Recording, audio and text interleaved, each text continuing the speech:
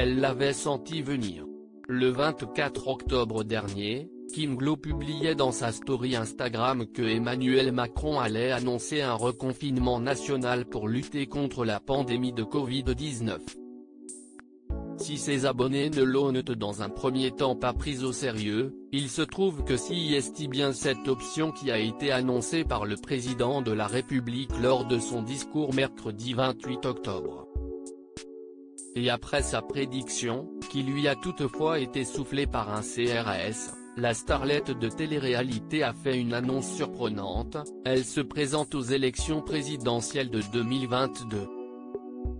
Mes chers compatriotes, samedi 24 octobre, je vous ai annoncé officiellement, avant même le gouvernement, le reconfinement de la France entière. Ne doutez plus jamais de moi, a-t-elle ainsi commencé, et d'assurer fièrement qu'elle a pris la décision de se présenter aux prochaines élections présidentielles de 2022.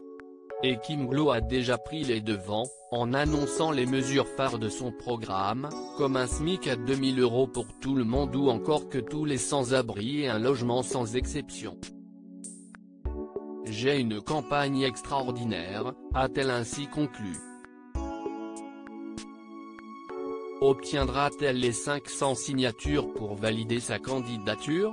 Afida Turner elle aussi candidate à la présidentielle de 2022. Il se trouve toutefois que la star de télé-réalité n'est pas la seule à avoir décidé de se présenter aux présidentielles de 2022.